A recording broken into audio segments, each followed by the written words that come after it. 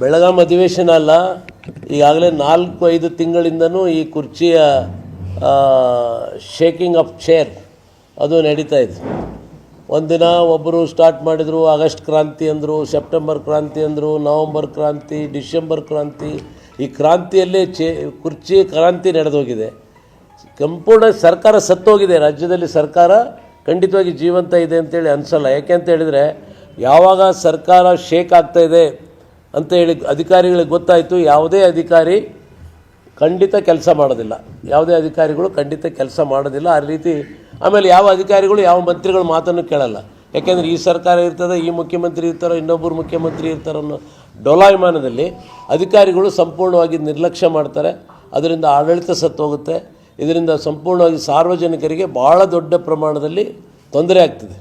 ತೊಂದರೆ ಅಂತ ಹೇಳಿದರೆ, ಇವತ್ತು ಯಾವುದೇ ಅಭಿವೃದ್ಧಿ ಕೆಲಸಗಳೇ ನಡೀತಾ ಇಲ್ಲ, ಯಾರ ಮಾತನ್ನು ಯಾರೂ ಕೇಳ್ತಾ ಇಲ್ಲ. ಇವತ್ತು ಯಾವುದೇ ಪತ್ರಗಳನ್ನು ನೀವು ಒಬ್ಬ ಸರ್ಕಾರಕ್ಕೆ ಬರೆದ್ರೆ ಸರ್ಕಾರದಿಂದ ಯಾವುದೇ ಉತ್ತರ ಕೂಡ ಬರೋದಿಲ್ಲ ಇವತ್ತು. ಹಾಗಾಗಿ ನಿರ್ಲಿಪ್ತ ಸರ್ಕಾರ, ಅಭಿವೃದ್ಧಿ ಶೂನ್ಯ ಸರ್ಕಾರ, ಕುರ್ಚಿ ಕಾದಾಟ. ಏನು ಬ್ರೇಕ್ಫಾಸ್ಟು, ತಿಂಡಿ, ಊಟ. ಇವರು ಅವ್ರ ಮನೆಗೆ ಬ್ರೇಕ್ಫಾಸ್ಟ್ಗೆ ಹೋಗ್ತಾರೆ, ಇವ್ರ ಮನೆಗೆ ನಾಟಿ ಕೋಳಿ ತಿನ್ನಕ್ಕೆ ಬರ್ತಾರೆ. ಅದೇ ಒಂದು ಸುದ್ದಿ, 2 ದಿನ ಸುದ್ದಿ. ಇವ್ರು ಹೋಗ್ತಾರೆ ಅನ್ನೋದೊಂದು, ಹೋದ್ಮೇಲೆ ಒಂದು, ಬಂದಮೇಲೆ ಮೆನ್ಯೂ ಏನಿತ್ತು, ಡಿಶ್ ಏನಿತ್ತು, ಅದೇ ಒಂದು ಸುದ್ದಿ. ಇದರ ಮಧ್ಯೆ ಆಡಳಿತ ಸಂಪೂರ್ಣವಾಗಿ ಕುಸಿದು ಬಿದ್ದಿದೆ. ಆಡಳಿತ ಸಂಪೂರ್ಣವಾಗಿ ತನ್ನ ಹಿಡಿತವನ್ನು ಕಳೆದುಕೊಂಡಿದೆ.